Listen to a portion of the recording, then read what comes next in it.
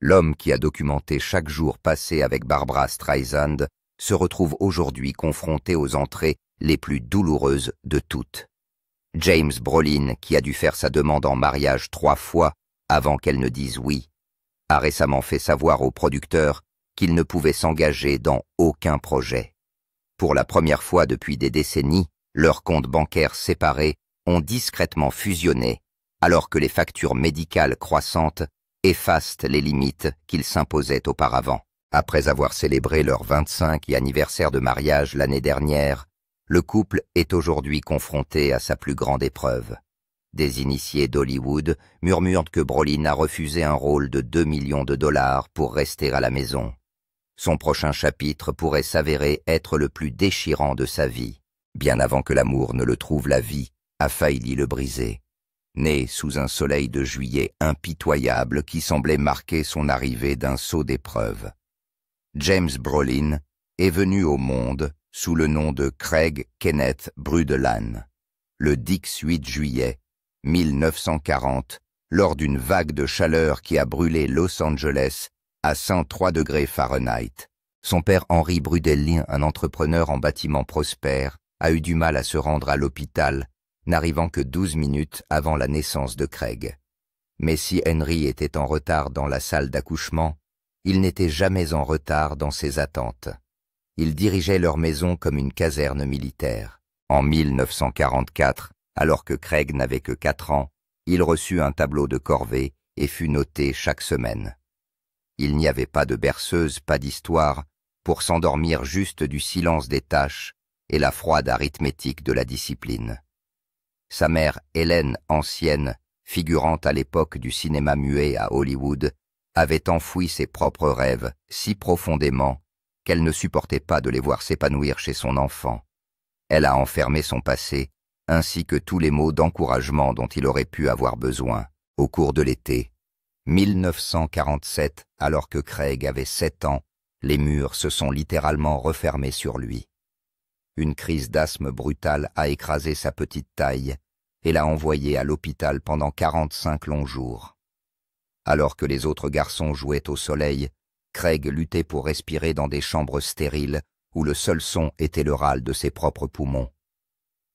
J'avais l'impression que mon corps me rejetait, avouera-t-il plus tard. Mais ce n'était pas seulement la maladie, c'était aussi l'isolement.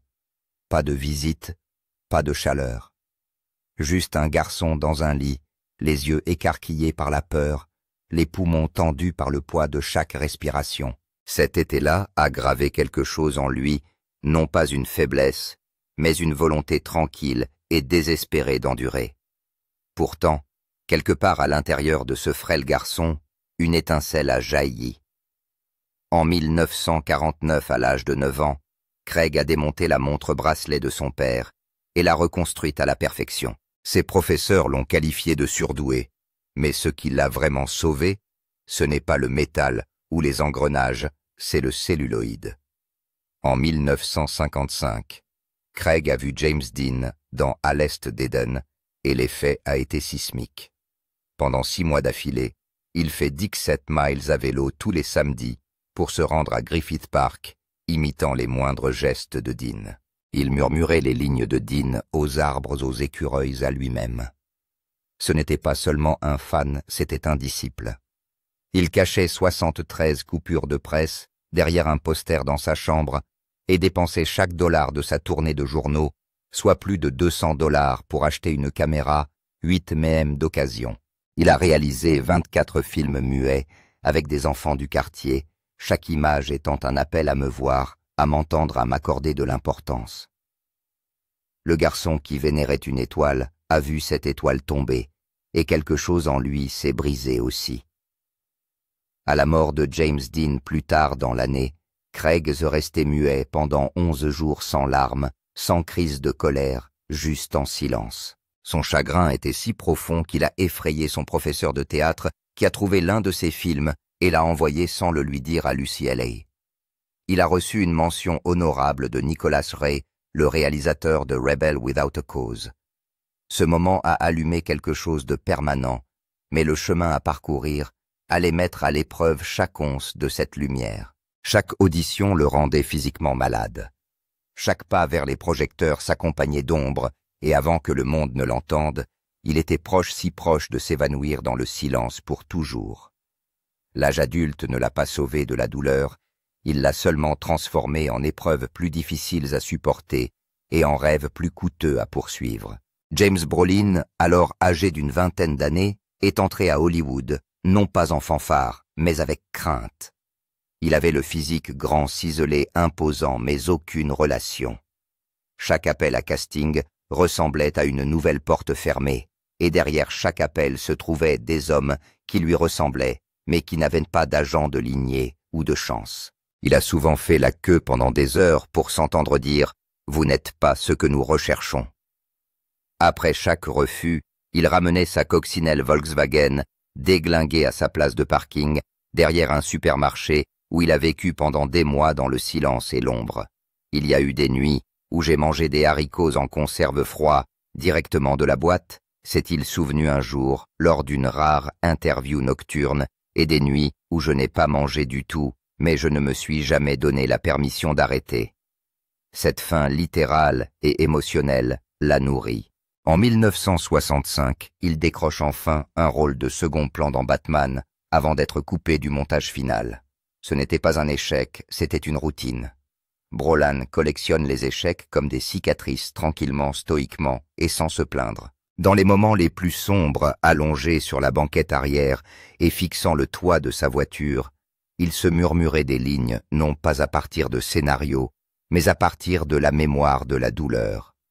« Est-ce que quelqu'un m'écoute » a-t-il écrit un jour dans un journal. « Suis-je vraiment réel si personne ne me voit ?» Mais la douleur a trouvé de nouvelles façons de le mettre à l'épreuve.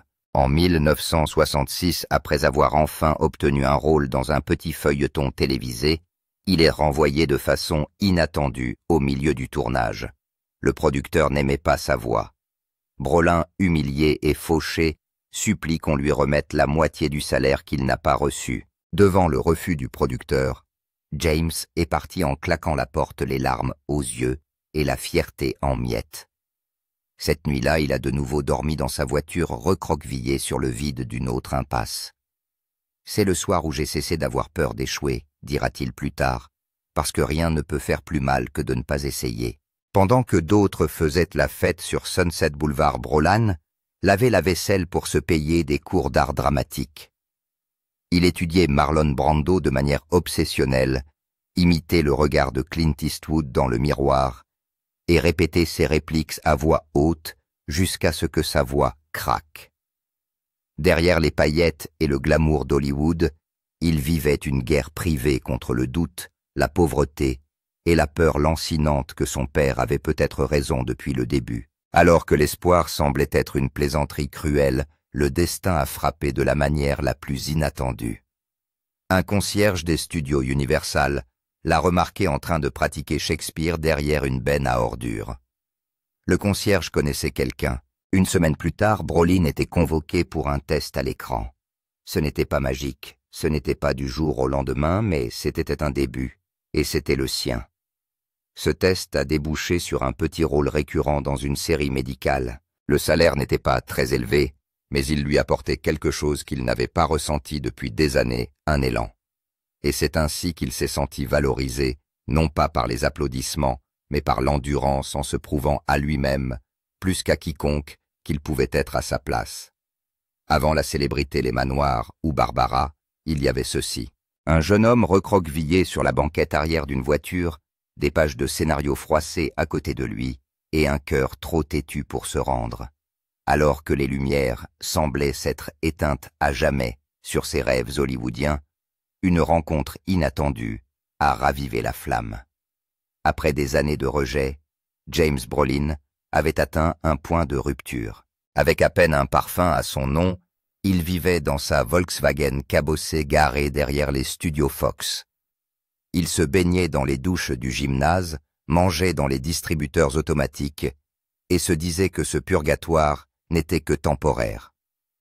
Mais les jours se sont transformés en semaines, et les semaines en ce genre de désespoir qui pousse même les plus déterminés à remettre en question leur valeur. À certains moments, je fixais les portes du studio et je me demandais si je les franchirais un jour pour autre chose qu'une douche, a-t-il avoué plus tard.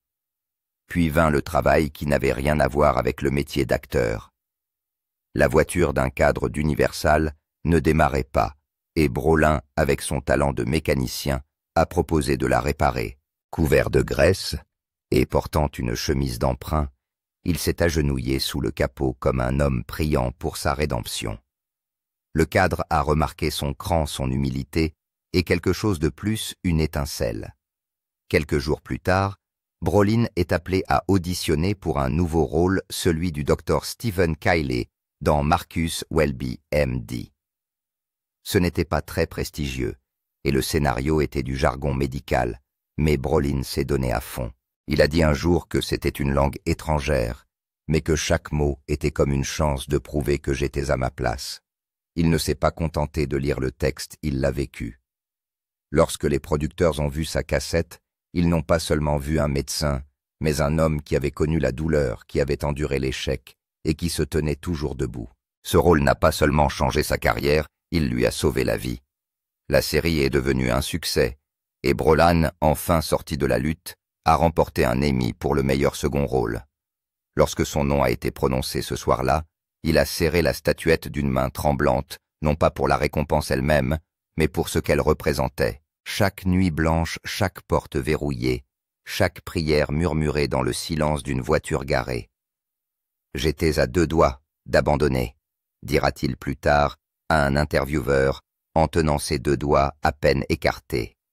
Si je n'avais pas réparé cette voiture, vous seriez peut-être en train d'interviewer un mécanicien au lieu d'un acteur.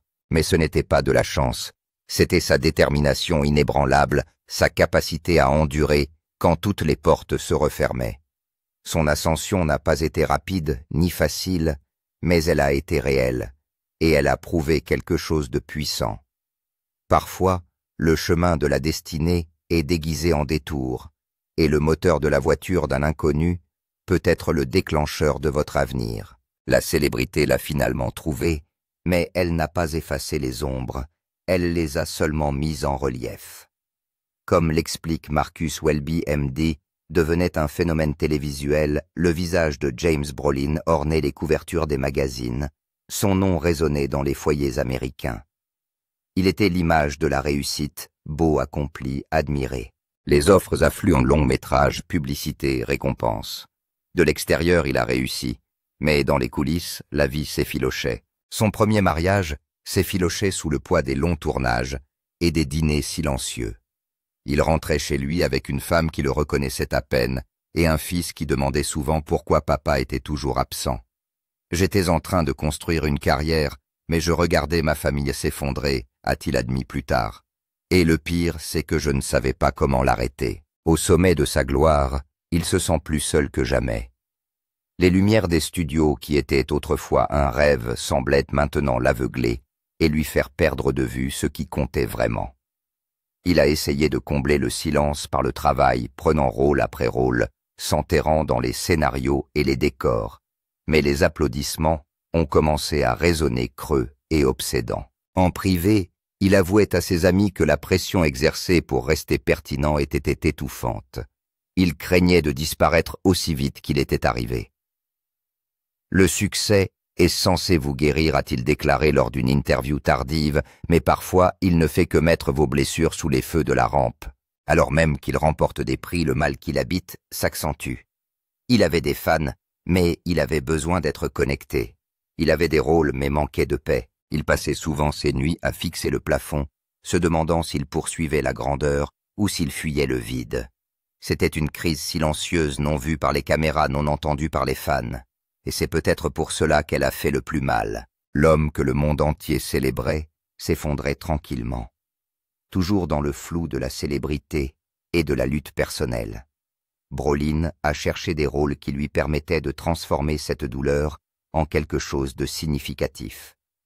Dans Skyjacked, il incarne un vétéran tourmenté dont l'esprit s'est effondré, un personnage qui reflète le chaos qu'il ressent parfois à l'intérieur de lui-même. Puis est arrivé Westworld, où il a joué un invité en quête de sensations fortes, chassé par des machines plus vraies que nature, une métaphore obsédante de la façon dont la célébrité peut se retourner contre lui. Il ne s'agissait pas seulement de performance, mais de réflexion, d'écho de ses propres batailles internes. Un rôle cependant lui a donné froid dans le dos, alors qu'il lisait le scénario du film Amityville Horror. Brolin a affirmé qu'un livre posé sur une étagère voisine était soudainement tombé sur le sol. Il ne croyait pas au paranormal, mais ce moment l'a fait réfléchir. « J'y ai vu un signe », se souviendra-t-il plus tard, avec un rire sec. Il accepte le rôle, et le film devient un triomphe au box-office. Le malaise qu'il ressent se traduit par l'une de ses performances les plus convaincantes. Plus tard, dans un bref mais mémorable caméo dans Pee-wee's Big Adventure, il a montré un côté plus léger, son sens de la comédie, aiguisé sa volonté de se moquer de lui-même rafraîchissante.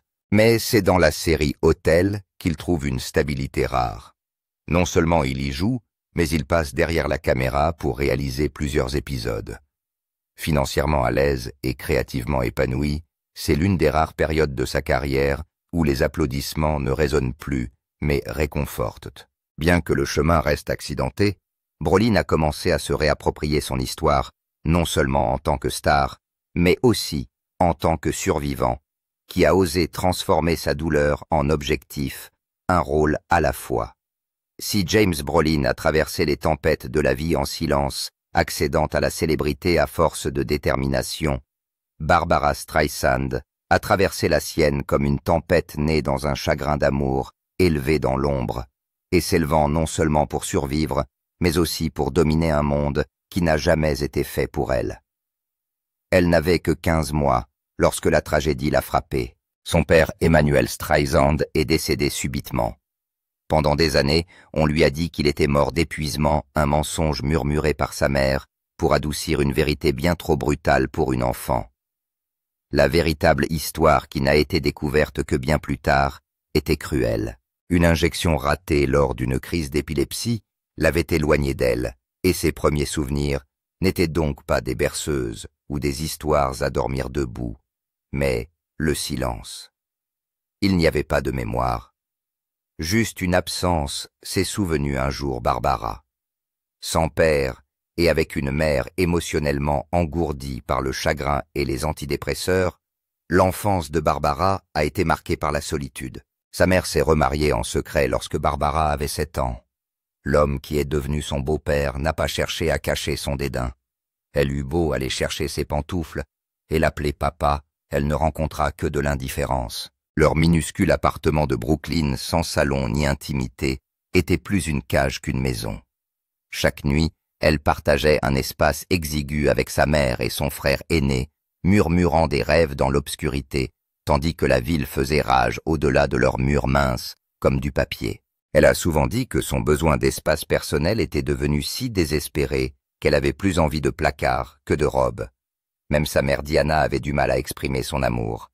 Elle n'a jamais dit qu'elle était fière de moi, elle n'a jamais dit « je t'aime », a avoué Barbara des années plus tard. La négligence émotionnelle est plus profonde que la pauvreté. Lorsque Barbara a déménagé à l'âge de 16 ans pour poursuivre un rêve auquel personne ne croyait, sa mère lui a apporté de la soupe et des fruits, mais aucun encouragement. Je n'avais pas d'autre choix que de croire en moi. Personne d'autre ne l'a fait. La faim émotionnelle a tout façonné. Son indépendance farouche, son perfectionnisme, son besoin de validation non seulement par les applaudissements, mais aussi par le silence de ceux qui ont douté d'elle. Elle a trouvé dans la musique une brève échappatoire. Bien avant que les lumières de Broadway ne la trouvent, la jeune Barbara chantait sur les murs de sa chambre, ou de ce qui en tenait lieu, canalisant la solitude dans des berceuses qu'elle seule pouvait entendre. Elle a rejoint la chorale de l'école, non pas pour être vue, mais pour se sentir moins invisible.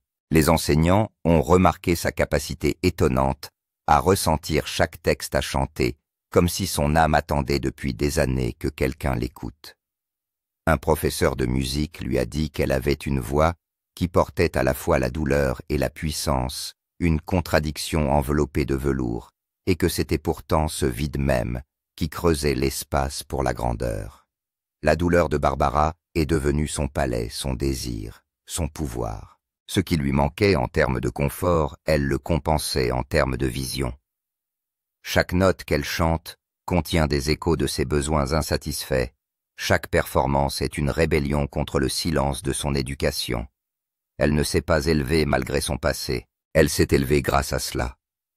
Plus tard, lorsqu'on lui demandait ce qui la rendait différente, Barbara répondait simplement « J'étais peut-être trop blessée pour m'arrêter. » Ce n'était pas seulement le début d'une carrière, c'est la naissance d'une force. Barbara Streisand n'a pas accédé à la célébrité. Elle s'est frayé un chemin jusqu'à elle, une note angoissante à la fois. À 6 ans, elle est sortie de cet appartement étouffant de Brooklyn, avec rien d'autre qu'une valise, une tête pleine de douleurs non résolues, et une voix tremblante, à la fois de peur et de feu. La ville ne l'a pas accueillie à bras ouverts. Elle a erré dans les ruelles de New York, s'installant sur les canapés de ses amis, chantant dans des caves enfumées, où le micro hurlait plus souvent que le public n'applaudissait. La faim lui rongeait l'estomac, mais pas autant que le mal d'être invisible. Pourtant, elle chante non pas pour la gloire ni pour l'argent, mais parce que sa voix est le seul espace où elle se sent vraiment vivante. Elle a dit un jour que ce n'était pas de la bravoure, mais de la survie. Cette survie l'a conduite à d'innombrables auditions, où les agents de casting l'ont rejetée en raison de son apparence peu conventionnelle, où les producteurs lui ont dit de changer de nom donné de tout, mais elle ne l'a pas fait. Chaque rejet, chaque porte claquée n'a fait qu'aiguiser sa détermination. Elle a porté ses blessures à chaque représentation, laissant sa douleur s'infiltrer dans chaque texte, son défi dans chaque note. En 1960, elle participe à un concours de talent dans une boîte de nuit gay, le Bonsoir, et stupéfie le public. À partir de ce moment, des rumeurs sur la jeune fille à la voix envoûtante commencent à circuler dans les cercles clandestins. En 1962, elle décroche son premier rôle à Broadway dans I Can Get It For You Wholesale, dans le rôle de la secrétaire Miss Marmelstein. Les critiques sont dithyrambiques. Elle a été nominée pour un Tony.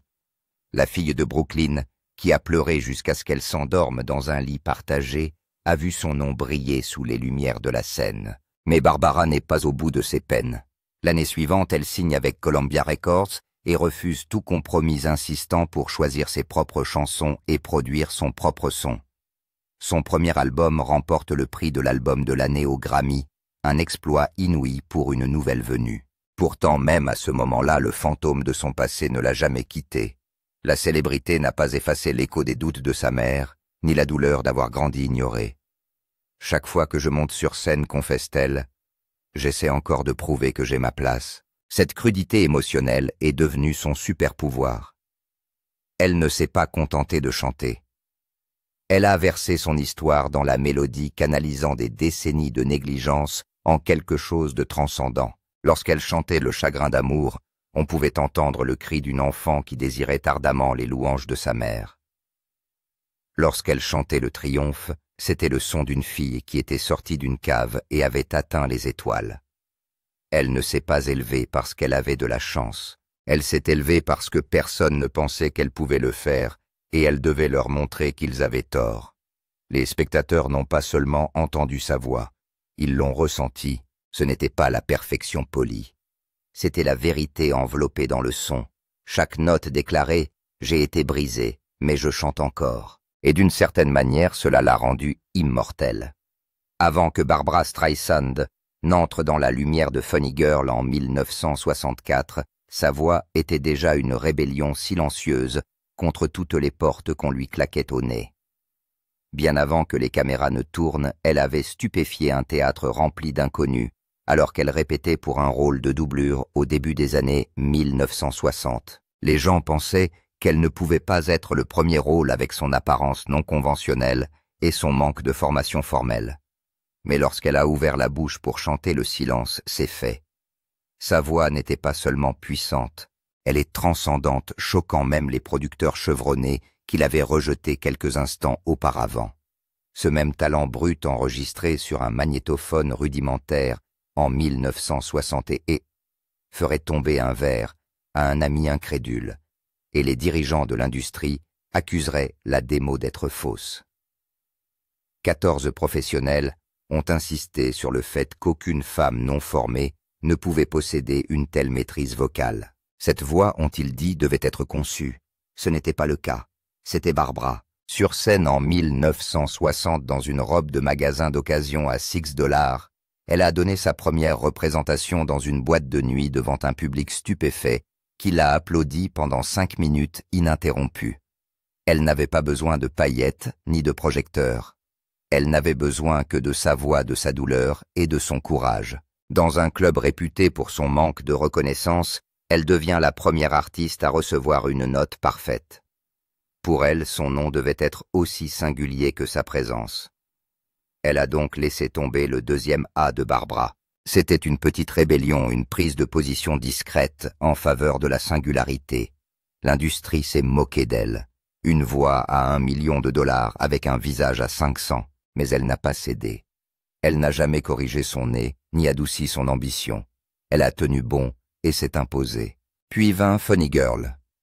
De 1964 à 1967, elle a joué dans 867 spectacles.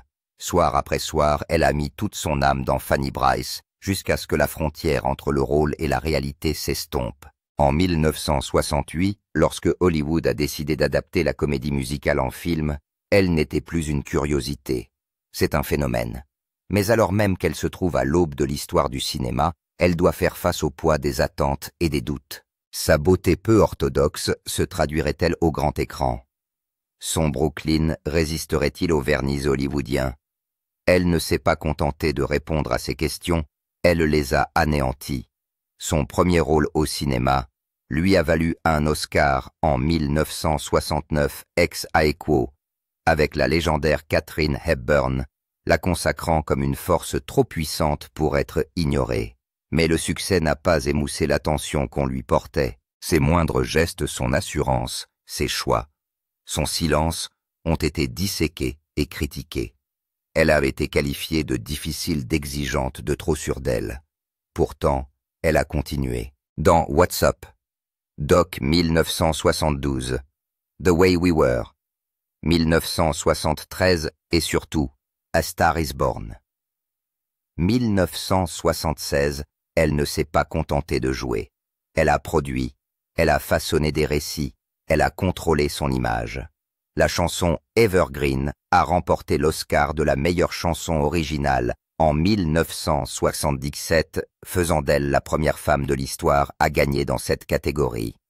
Elle ne s'est pas contentée de briser des plafonds de verre, elle a construit de nouveaux planchers pour que d'autres puissent s'y tenir. En coulisses, ces combats se sont intensifiés. Pendant 15 ans de la fin des années 1960 au début des années 1980, elle s'est battue pour donner vie à Yentl, un film qu'elle écrirait, réaliserait, produirait et dans lequel elle jouerait.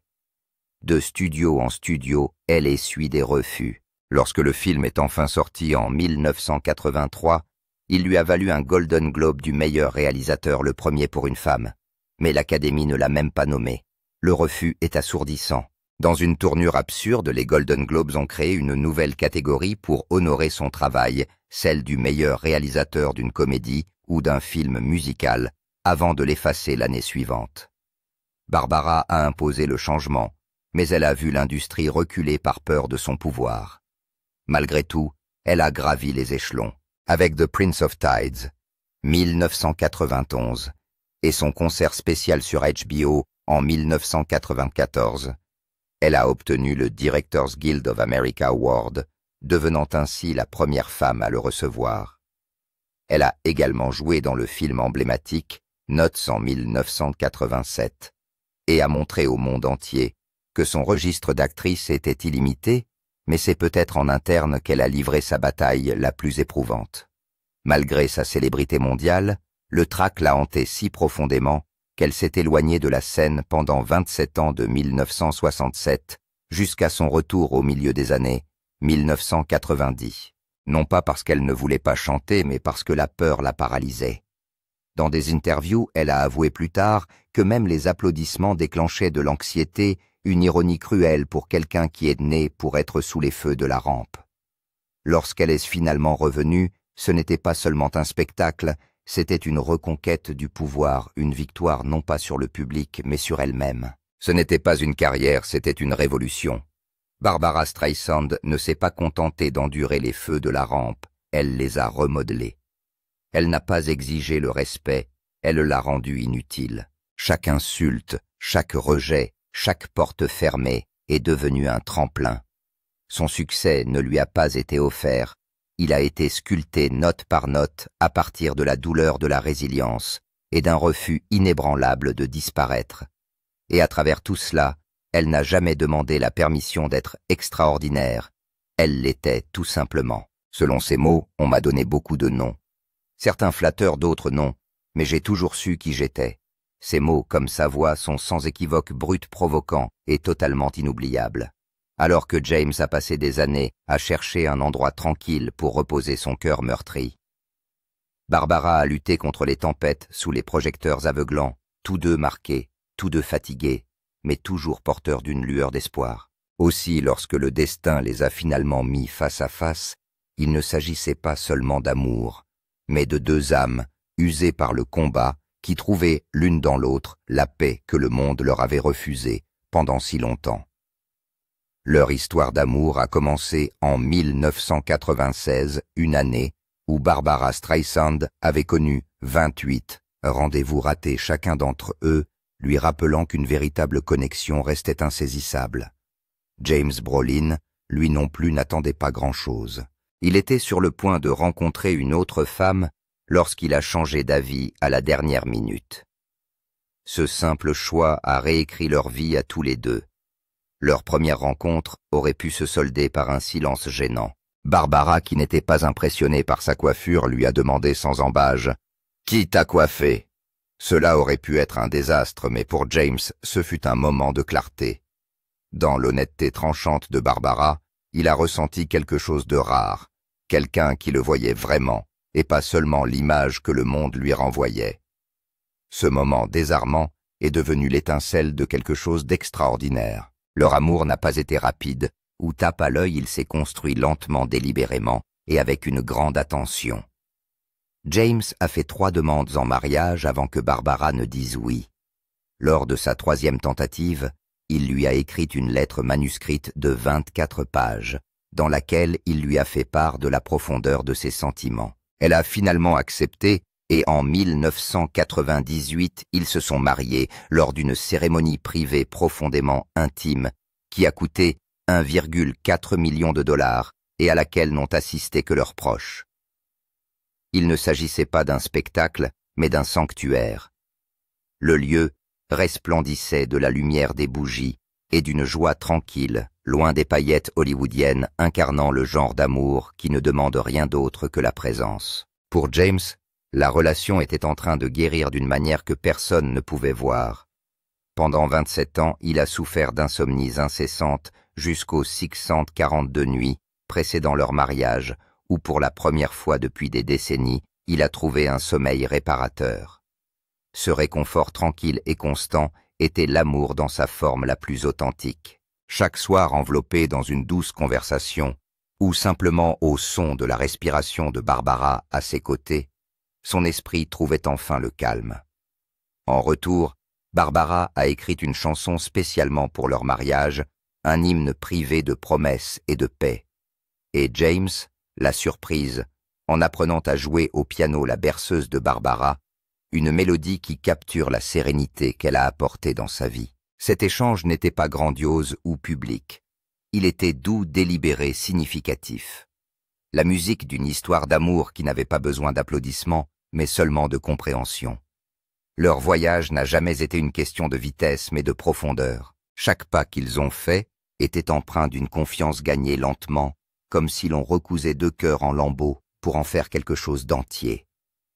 Dans un monde obsédé par le drame, leur romance a murmuré une vérité plus puissante.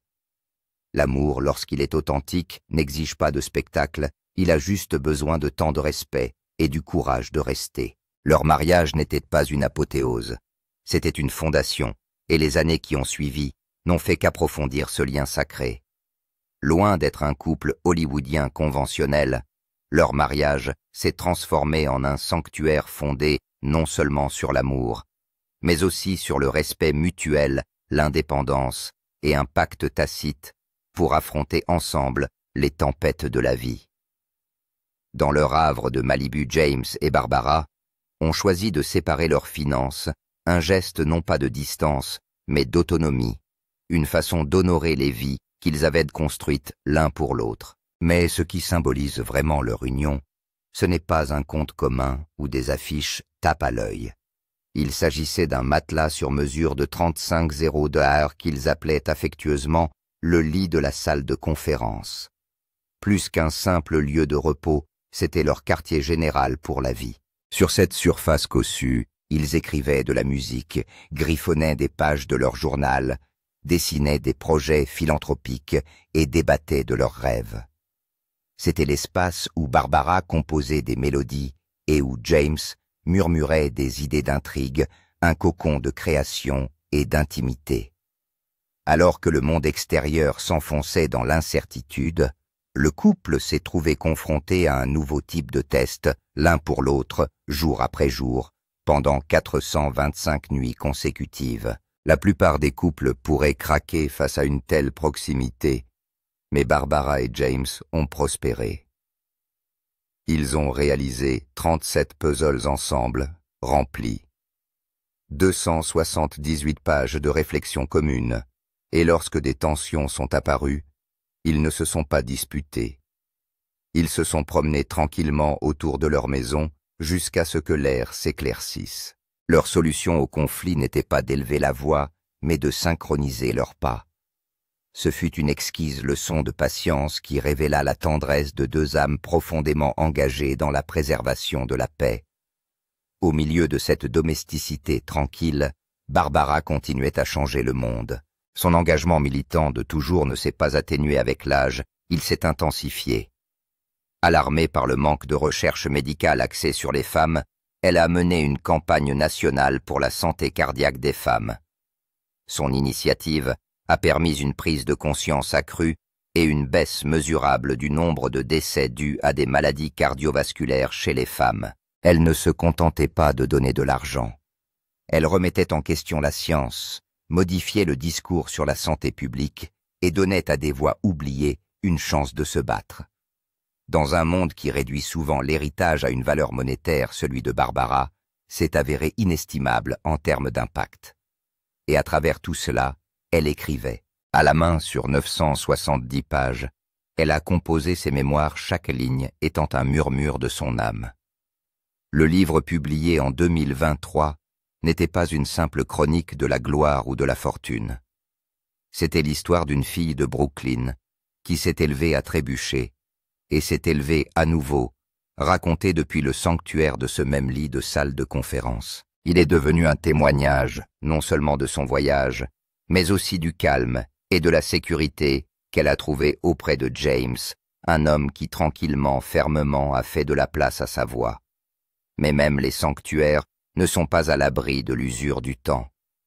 Ces dernières années, des signes inquiétants concernant la santé de Barbara ont commencé à apparaître.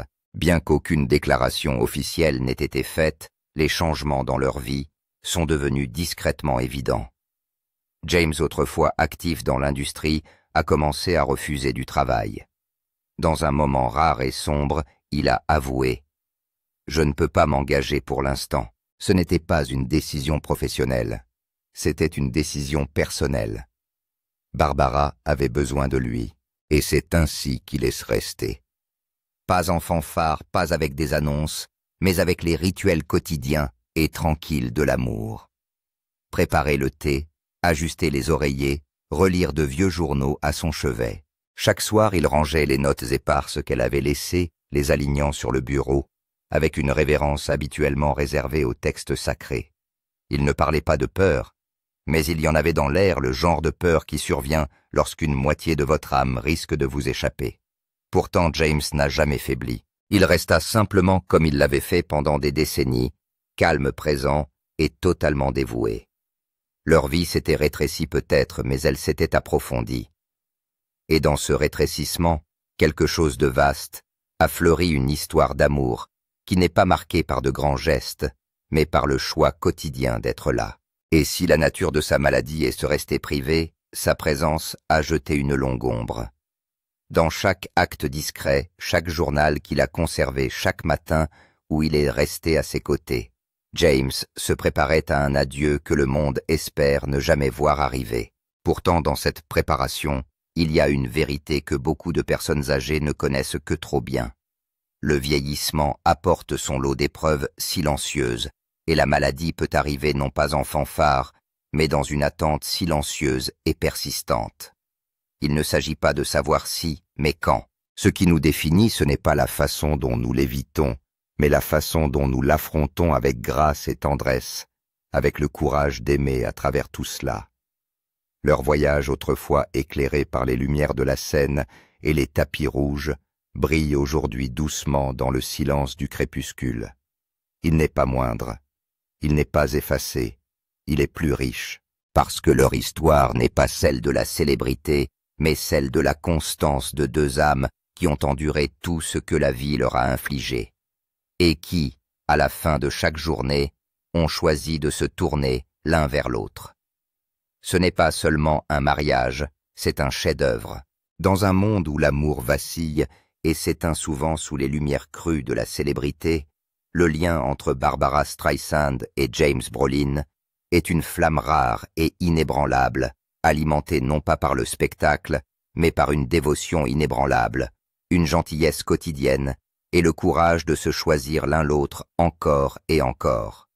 Leur histoire n'est pas celle de grandes déclarations ou d'une harmonie sans faille, mais celle de deux âmes éprouvées par les tempêtes de la vie, qui ont trouvé en l'autre non seulement une romance, mais aussi un refuge. Ils n'ont pas seulement vieilli ensemble, ils sont devenus plus profonds, plus tendres, plus humains, au fil des nuits blanches apaisées par des berceuses chuchotées des lettres manuscrites et des silences partagés. Ils ont construit un sanctuaire où l'amour a mûri avec grâce. Aujourd'hui, au crépuscule de leurs années, leur histoire nous rappelle que l'amour véritable ne consiste pas à éviter les difficultés, mais à les affronter main dans la main, avec patience et humour, avec un vœu tacite renouvelé dans chaque contact doux et chaque regard qui s'attarde. Il s'agit de se montrer même quand c'est difficile, surtout quand c'est difficile. Leur parcours est un hommage à ceux qui endurent non pas parfaitement, mais de tout cœur. Et c'est peut-être ce qui le rend si douloureusement beau. En réfléchissant à leur parcours de la douleur de leur passé, à la force tranquille de leur présent, nous sommes invités à regarder nos propres vies, nos propres amours, et à nous demander ce que cela signifie d'être vraiment aux côtés de quelqu'un, de traverser les années, non pas en tant qu'individu, mais en tant que partenaire, au sens le plus vrai du terme. Nous serions ravis d'entendre vos réflexions. Que signifie pour vous ce genre de dévouement? Avez-vous été témoin ou avez-vous vécu un amour qui s'est renforcé avec le temps? Partagez vos réflexions dans les commentaires ci-dessous, car les histoires de ce genre n'appartiennent pas seulement aux étoiles, elles vivent dans chaque cœur qui croit en un amour qui dure.